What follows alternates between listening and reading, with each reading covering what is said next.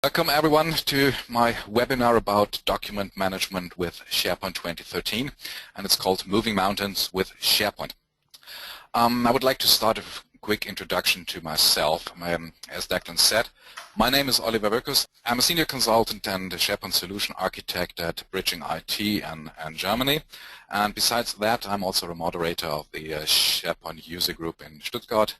It's a very vibrant user group with about 320 members, and we have had almost 40 meetings until now. Okay, that should be enough about me, so let's start with the slides. Let's assume this. There's a company, and the company already has a SharePoint intranet, and this intranet works fine. Every employee is happy with that. And this internet is mainly used for publishing content. Now, the CEO of this company comes with the idea of adding a document management to that internet, and what he usually does is he names a project manager, and he tells him, "Hey, you are the project manager of our new project for adding a document management system to our SharePoint. Go find your team and start with the project." So I don't know if you ever had a situation before. I have been a couple of times, and that's why I decided to create these slides and to write down my personal best practices. So there are two things that this project manager needs to know. I think he just feels like standing in front of a big mountain with a beautiful blue sky around, but there's a big mountain made of requirements and unanswered questions and all that stuff. And the only thing he knows is that he somehow needs to get on the other side to get the document management project up and running. And I think there's another thing he needs to know, or he might know. He shouldn't rush into that kind of projects. These kinds of projects should be handled very carefully, because when the project manager rushes into these kinds of projects, a few bad things might happen. For example, the employees of the customer might be left without a working document management system at all, because the old system has been switched off and the new system has been fully implemented.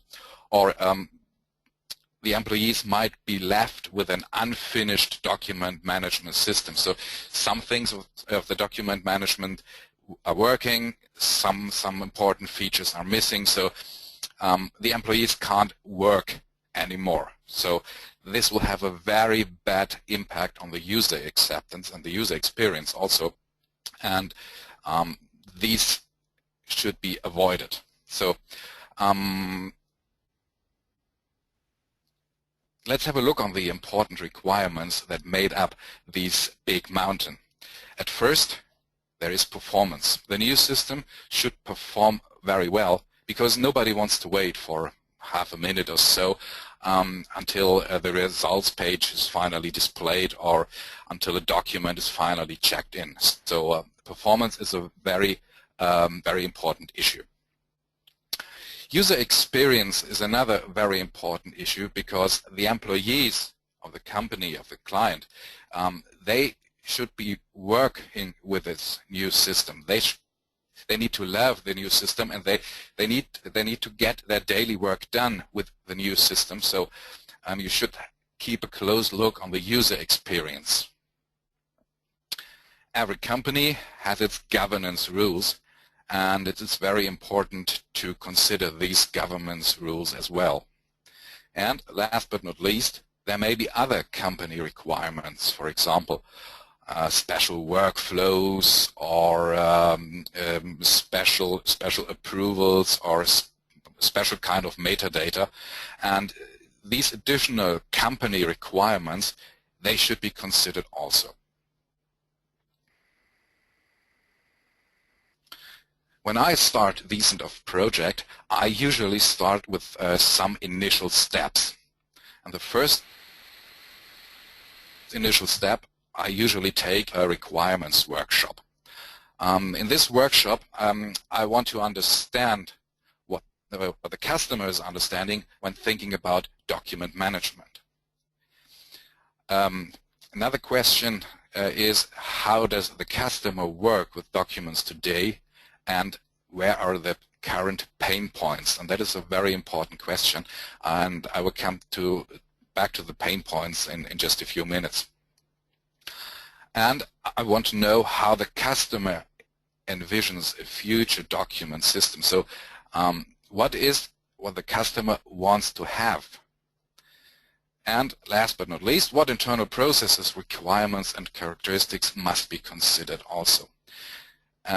That's a very important goal that need to be achieved in this first workshop. The project manager needs to understand the customer and the requirements by learning to listen, and I think that's very important here. In this first workshop, the project manager is the one who is listening, and the customer is the one who is talking. When this workshop is done, I usually take the results of the workshop. I'm working with the results, and a few days later, I set up the next workshop. And this one, our workshop. In this workshop, the project manager is the one who's talking, and the customer or the client is the one who's listening. I usually start with a quick introduction to SharePoint and the standard possibilities for working with documents. So I just explain how to work with a document library. I just show them how to add a document to a document library, how to use check-in and check-out, and how to use versioning, maybe how to share a document. So that's all. Just a very quick introduction for about 5 to 15 minutes. After that, I continue with an examination of the observed pain points from the first workshop, and I outline possible solutions. So I don't show complete solutions for every pain point here, but I just tell them, hey, I understand your pain points, and look, there is a solution, or there are several solutions for your pain point. That's all. So just a quick outline, no complete solution here. I continue with a detailed description of the migration plan and the migration process, and I explain my further steps based on the project plan and on my definition of milestones. This workshop also has a very important goal. The customer must leave knowing that they have been understood. So the customer must trust the project manager at this point. In simple words, the customer must know that the project manager is the right guy for that kind of project, and he must be convinced that the project manager and the team are the right guys for managing or for handling that kind of project. So trust is a very important point here. Okay, now we have had 2 talking workshops. I think it's time for the first working workshop. I usually do the metadata workshop. I give a short presentation on metadata and their value to document management, because, as you all know, metadata is very, very important in SharePoint for saving or for handling documents or files. Very important is to involve all units and all divisions to that workshop. If you can't get at least one representative from each unit or each division, I encourage you to cancel the workshop and to reschedule it. I usually use an Excel sheet to set up a metadata structure during that workshop, and you can use this Excel sheet to re-import it back to SharePoint when the workshop is done. After the workshop, and this workshop can take 1 or 2 days, after the workshop, the term sets should be comprehensive. So the term sets should be complete. You can still add a single term to an existing term set later on, but the term groups and the term sets, they should be complete. The goal of this workshop is to get a coordinated metadata concept for the entire enterprise. After that workshop is done, I schedule the next workshops just a few days later. And the second workshops are usually called the content type workshop. Again, I start with a short presentation on content types and their importance or their use for document management. And again, if you can't involve at least one representative from all units or all divisions, I encourage you to cancel the workshop and to reschedule it, because it's very important that the content types are created with a representative of at least of each unit and each division. It's also very important that all document types that are used in the company should be known and validated. They should be reviewed. And you should give consideration to the previously defined metadata structure, because metadata and content types are closely bound. The goal of this workshop is to get a clear alignment of the document types that are used in the company to the content types that are used in the document management system in SharePoint. And again, this workshop can usually last 1, 2, maybe 3 days. So it's important to take your time here. Okay, now we have had 2 working workshops, and I think it's time to look at the results of this. These are manual best practices for a metadata and a content type concept. There should be up to 3 company-wide global metadata definitions per content type, and I think they should be made required. And there should be up to 4 unit-specific metadata definitions per content type. These are marked in yellow and green here in my example. Optional metadata and required metadata should be well balanced. So if you make all metadata required, this will have a bad impact on the user experience or the user acceptance, because with this you're forcing your employees to add a bunch of metadata each time they add a newly created document to a library. And if you make all metadata optional, this will have a very bad impact on the governance rules, because, to be honest, nobody will fill in metadata at all. So both required and optional metadata should be well balanced. Okay, after these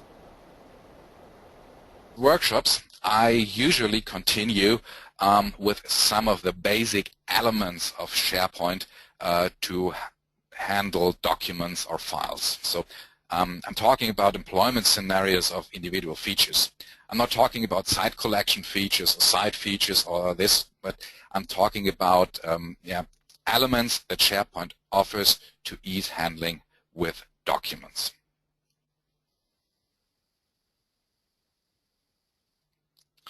I usually use templates in document libraries. So you can add an Office client application template, for example a Word template or an Excel template, to a document library or to a content type. And if you do that, this will have 2 advantages. The first advantage is that you help unexperienced users to work with SharePoint. It helps users to transition from their previous way of working to the new way of working with SharePoint. Because when a user creates a new document based on a template that has been added to a document library, and when this user saves this document to the library, the document is saved directly to the library, and there's no need to huddle with URLs anymore. Another advantage is when you use customer approved templates in document libraries, this will have a good impact on the governance rules, because every document that is created this way is based on a template that has been approved by the company. And during this, I also mentioned the document information panel. And yeah, if you use the document information panel, you should be aware of one important issue. The document information panel is only able to show simple data types. For example, the 5-star rating is not shown as 5 stars, but as numbers here in the document information panel. So if you use the document information panel, and I recommend it to use it, you should keep an eye on that.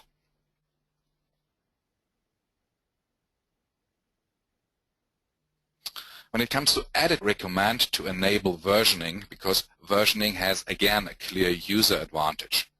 When you use versioning, you should have a close look on the draft item security, because with draft item security you can configure the basic rights a user needs to see unfinished versions.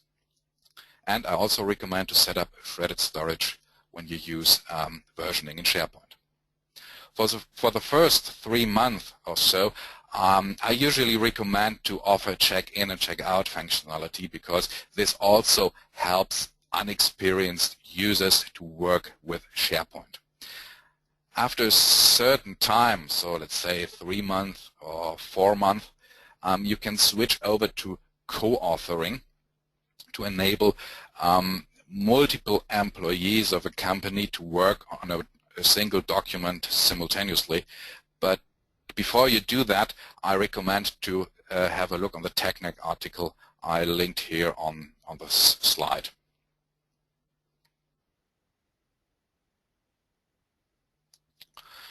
Taxonomy is also very important. Taxonomy means the company provided metadata. I talked a couple of minutes before. Folksonomy means private or personal metadata that each user can add to pages or to documents.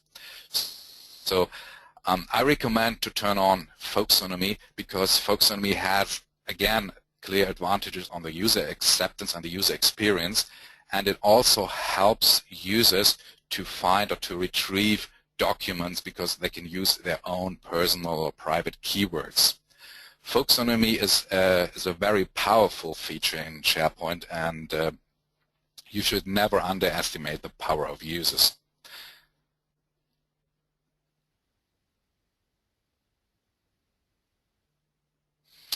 Talking about a modern document management system, there is one important issue that we need to know. In a modern document management system, documents usually migrate from one library to another library to another library during their life cycle. Why that? Oh, so let's make an example.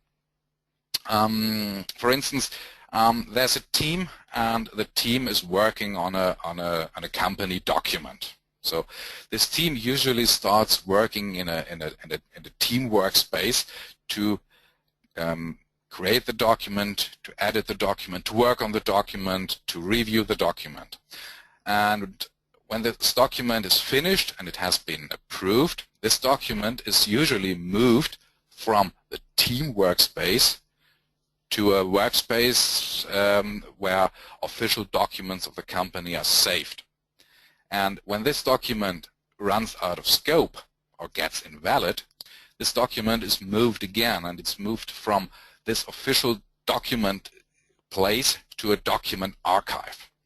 So what this means is that we can't use the document's URL for retrieving the document anymore, because the document is migrating from one library to another library to another library. So instead, you can use a document ID to retrieve documents. A document ID is a service that SharePoint provides, and with this document ID, SharePoint is adding a unique ID to every newly created document, and you can use this unique ID to retrieve the document. You can either use the SPX page I mentioned on the slide, or you can use the Find by Document ID web part that is distributed with SharePoint. A document ID persists even if the document is moved, but you need to really move a document. Don't copy a document. When you copy a document, the copy of the document will get a new document ID. You can also use a document ID or you can embed a document ID to the document content. And you need to keep in mind that document IDs are unique only within a site collection. So if you need to ensure that a document ID is not only unique inside a site collection but inside your whole farm, you can either add a prefix to the standard document ID, and on the next slide I'll show you how this can be done, or you can create a custom document ID provider. So that's not a big deal to create a custom document ID provider, so it's no rocket science. I just created an example, and you can have a look on that example if you click on the first link I provided here on this slide. And you should also know what happens to a document when it's moved from one site collection, and so the documents ID provider of that site collection, to another site collection and to the scope of another document ID provider. So if you want to learn more on that, I encourage you to click on the second link here I provided on the slide.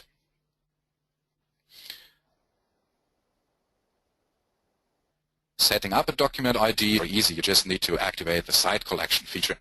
After you've done that, there's a new setting found under the site collection administration, and it's called the document ID settings. And when you click on this link, you can see a text box where you can add a prefix for that special document ID provider. So with this prefix, you can ensure that the document ID are unique within your web application or your SharePoint form.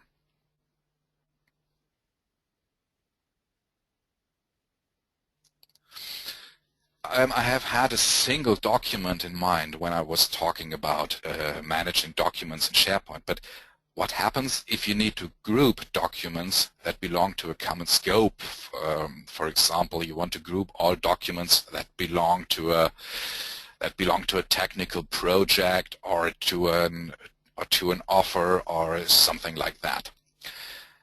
Of course, you can use a folder for that, but I don't recommend using folders in SharePoint. Instead, think of using a document set for that. A document set is comparable to a typical file folder. Document sets are much more powerful than folders in SharePoint, and in the next minutes I will show you why. But let's have a look on how to use a document set first. To use a document set, you simply need to activate the site collection feature, and don't forget to add a content type document set to each library where you are using document sets, because a document set is based on a content type. Document sets also have a very neat welcome page. They are saved as a single item to a document library. When you click on that single item, on the document set item, the welcome page is shown, and you can customize the welcome page. For example, you can add a unique icon here.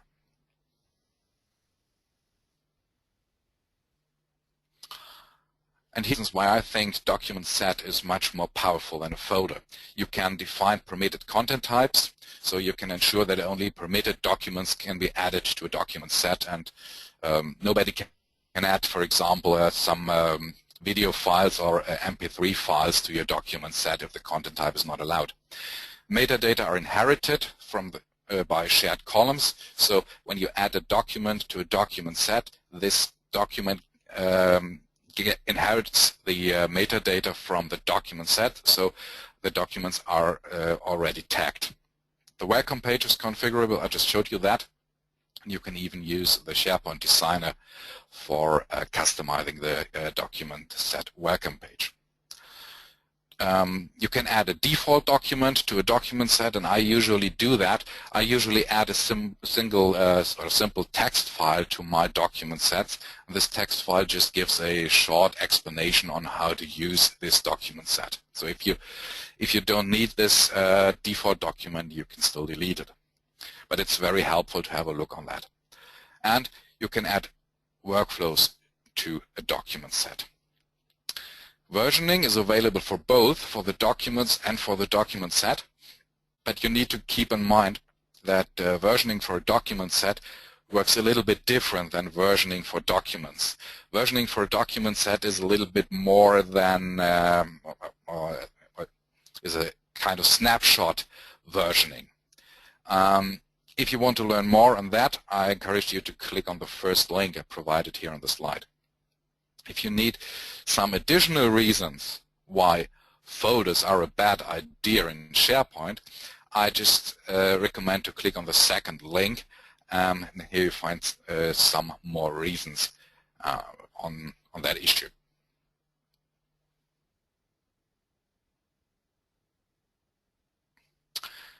Okay, now my favorite feature when it comes to document management with SharePoint, and this is the ratings, the rating feature. SharePoint 2013 offers two different types of rating. The 5-star rating, the old 5-star rating, sometimes referred to as the Google rating, or the like or dislike ratings, and sometimes named as the Facebook rating. The 5-star rating is anonymous, and the like and dislike rating is personalized. In my mind, I think only the 5-star rating, the old rating, is appropriate for a document management system. Why? Well, let's make another example. Let's assume you're looking for a brand new shiny LED flat TV. And you go to the Amazon online store and you type in LED flat TV in the search box. After you click search, you will get a large result set. And I'm sure that you are looking on flat TVs with a high rating first, and you won't look on flat TVs that have a bad rating or that have no rating at all, right? And I think it's the same with document management. Users usually look on documents with a high rating in the search result page first. And that's why I think rating helps users to find or to retrieve documents. Okay. Now we have had a look on the basic elements that SharePoint offers to ease handling with documents or with files. I think we should now have a look on building structures. So how can you add a document management system, a structure for a document management system to your existing SharePoint 2013 intranet?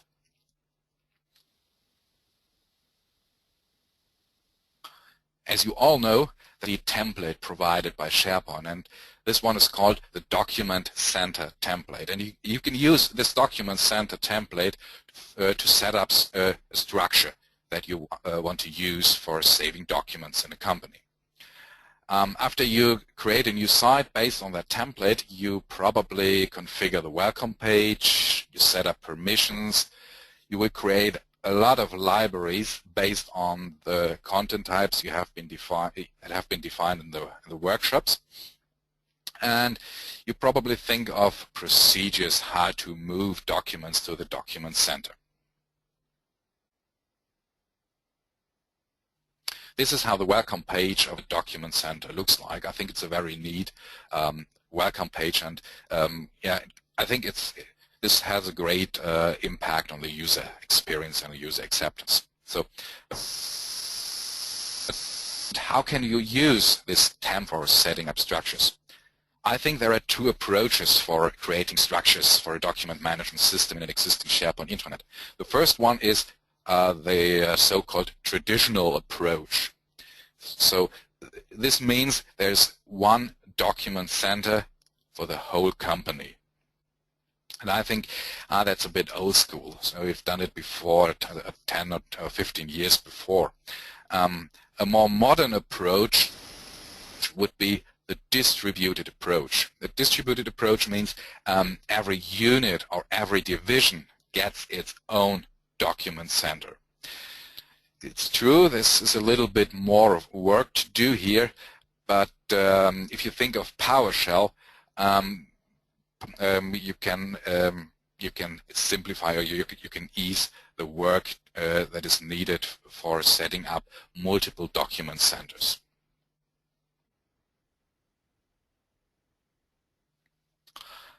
So let's see how you set up a document center. Let's have a look on the internal structure of a document center.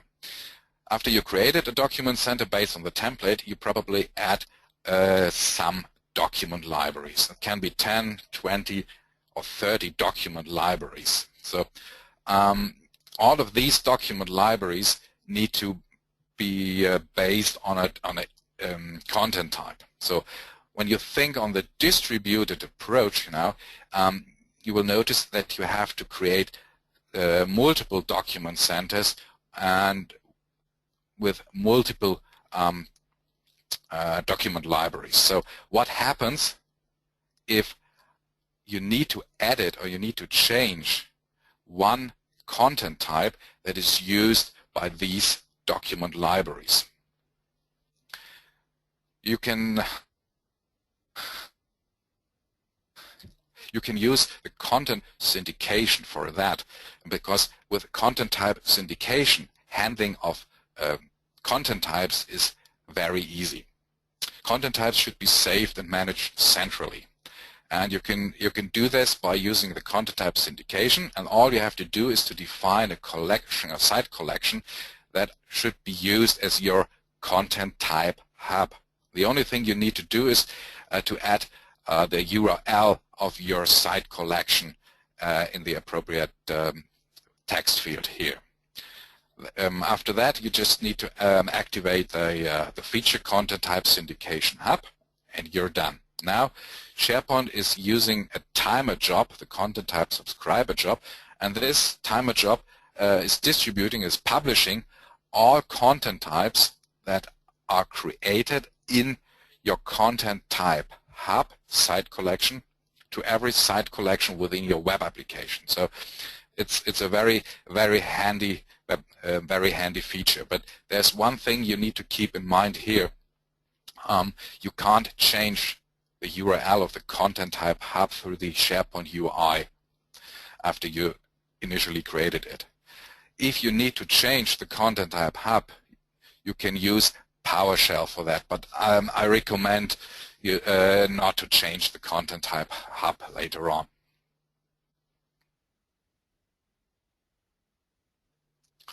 Okay, now back to Document Center. Let's see what happens when a user comes to your newly created Document Center for the first time, and this user wants to add a document here. So the user navigates to your Document Center. The first thing he sees is the Need Welcome page, and the second thing he sees is a bunch of document libraries, 10, 20, 30 libraries. And I think this user will get in trouble now, because where to save the document now? The user only sees several document libraries, but I'm sure that the user can't know where to save the newly created document here. A much better approach would be to hide all document libraries from the local navigation in SharePoint and just to provide one single document library that should be used as, let's say, a single point of truth, or to save the documents to. So there only should be one document library where users should be able to save newly created documents to. And this can look like that. And I think this has a very positive impact on the user acceptance and the user experience. You can do this by using the content org. So users will not know where a document should be saved. The content organizer is automating the saving within the document center. To use the content organizer, you simply need to activate the appropriate site feature. And after that, SharePoint creates another document library. And this is called the drop-off library. And it's a special document library. And I'll just show you why on the next slide. And with the SharePoint 2013, document can also move to other sites. And this can be helpful when you want to set up a larger document management system. So let's have a look on the drop-off library and how this drop-off library can be used. The drop-off library is used to provide a single library to all users that navigate to your document center. All documents should be saved to that single library here. If users try to save a document directly to one of the other document libraries, they should be redirected back to the drop-off library. And this can be done by activating this setting.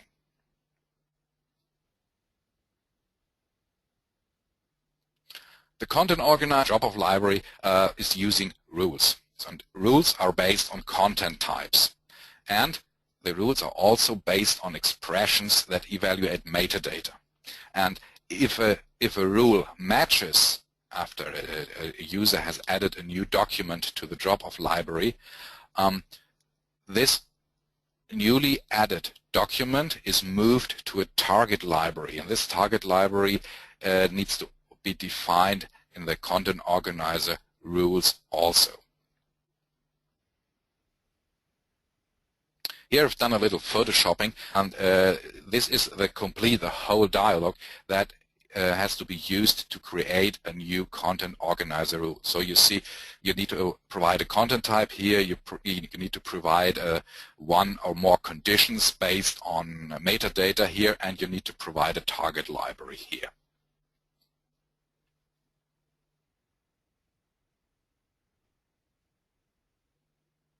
Documents shouldn't be forever. They must be checked or subjected to review periodically. So nobody wants to have old or outdated information in a company-wide document management system. You can also automate this by using retention. Retention is also based on rules, and these are very simple rules. For example, when a document is older than 1 year, execute a workflow, and this workflow sends an email to the author of the document telling him, hey, there's a document older than 1 year. You are the author, please check or review the document. Retention rules are also based on content types and metadata, but the retention rules are very, very simple. They can look like this. So you need to define an event, and if the event comes true, for example, the document is older than 1 year, you need to define an action that is triggered when this event comes true. For example, the action can be to start a workflow. So retention rules are very easy, but I think retention is very helpful to ensure that documents are valid in the document center. Okay, this is how you can use, or this is how you can build structures in a document center. So now let's have a look on archiving documents. Again, there's a handy template here called the Record Center, and you can use the Record Center as a template to set up a structure for a document archive. You do it almost the same way that you have done it with a document center template. So you set up a site based on the Record Center template. You design or you configure the welcome page. You set up permissions. You set up retention. And you create a bunch of libraries that should save your archived documents. And you need to define procedures.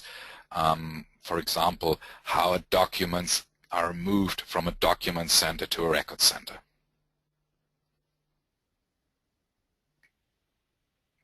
And this is how the welcome page of a newly created record center looks like.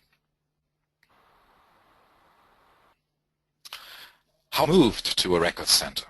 There are several ways to do that. First, you can establish a custom send-to connection. To do that, simply go to Central Administration and click on General Application Settings. There you can add a custom send-to connection. You can define retention rules, for example, based on a workflow. And these rules move documents, for example, let's make an example. If a document is older than 1 year, the document is first moved to the document archive, and after that an email is created to the author telling him there's a document older than 1 year, just moved it to the document archive, please review the document.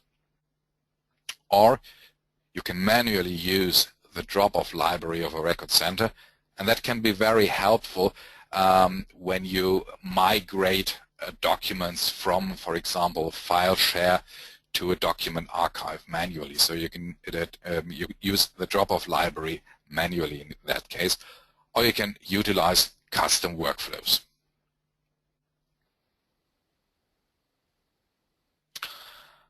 This is the settings you need to fill when creating a new connection, a new custom send-to connection.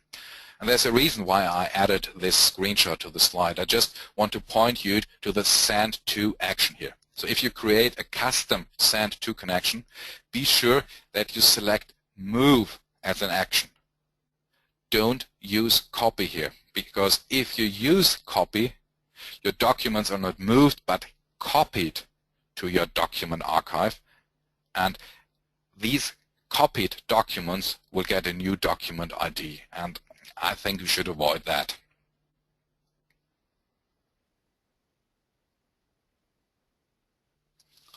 Sometimes the automatic rule processing by, for example, retention should be bypassed. For example, if the company is in a lawsuit or a legal contestation, documents should remain in their document libraries, and they should not be moved by some automatic processes. You can use the holds feature to establish this. Simply activate the holds feature, and after that there is a new setting in the side settings called hold. A hold is nothing more than a simple item in a generic list, and to hold a document you simply need to add a new hold item, and after that you need to assign each document that should be locked to the new hold item. Locked documents are marked with a lock in their icon, and in the same way you can unlock documents. So if you lock a document or you mark this document to be on hold, this document is ignored by retention, for example.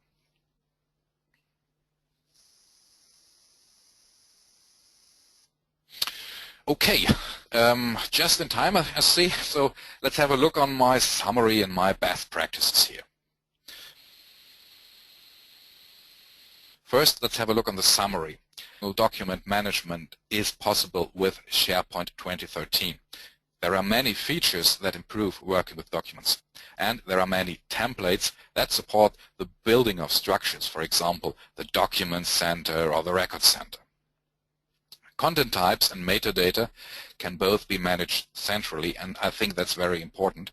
And last but not least, SharePoint 2013 has been optimized for large volumes of data. A record center or document center is not a place where you usually collaborate. So both of them hold static data in form of documents or files. So that's why I think that document management with SharePoint 2013 is easy to configure and easy to use.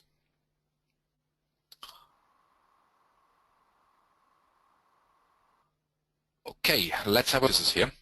I encourage you to use workshops with all division and all units in order to create a metadata structure that truly reflects the company requirements. And I think that's very important. you need to involve all units and all divisions when creating metadata or content types. Use content types and content type inheritance whenever possible. This will help you when it comes to editing a content type. Carefully, really carefully plan your content organizer rules, and I encourage you to involve corporate divisions as rule administrators.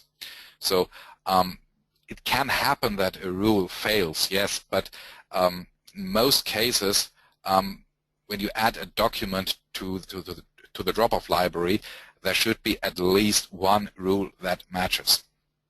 That's why I think you should carefully plan your content organizer rules.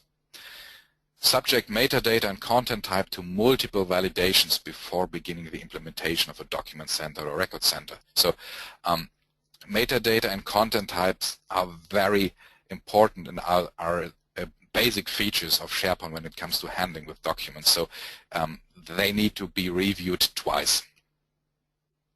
You should involve corporate divisions as metadata administrators.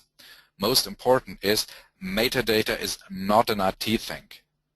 The IT will provide you a structure for saving metadata too, but the IT can't manage the metadata. Metadata should be managed by the divisions. And you can integrate a document center and a record center with existing internet structures. Multiple document centers and record centers are possible with SharePoint 2013. Okay. That's all for now. Have a look on the clock. I just finished in time. Thank you very much for your attention. Now it's time for you to ask some questions, but you can also contact me later on, for, let's say in the next days. You can contact me using my blog. You can find me on Twitter and on LinkedIn, so there are some ways to get in contact with me and drop me some lines. So again, thank you very much for your attention. It has been a pleasure for me to talk about one of my favorite SharePoint features, document management. And now I would like to hand over the microphone back to Declan. Thank you. Thank you, Oliver, for a great presentation. We've been getting a lot of questions asking will the presentation be made available and recording, so I can just let everyone know that a mail will be sent in the coming days with both the presentation and the recording. We've got a lot of questions to get through today, so we'll try and get through as many as we can, and any ones we don't deal with today, Oliver will write up a blog and that will be available on our website, on our blog fairly soon. So Oliver, firstly I have a question regarding content types. Would it be normal for a large company to have several hundred content types? Several hundred? No, I don't think so. That might be too much. Content types should reflect the document types that are used in a company, and I don't have any customer with several hundreds of content types, so I would suggest to review these content types and see if you could combine some content types. I think several hundred are a little bit too much. Okay. I have another question here. What is your approach for showing document information panel for content types in libraries with multiple content types? And this user says they had an issue where document information panel did not show custom fields for documents with custom content type unless I manually add content type ID as custom property of the document template. Okay, I must admit that I never had an issue with the document information panel regarding this. The only issue I know about is that the document information panel is not able to show all data types correctly. As I said before, the 5-star rating isn't shown with a 5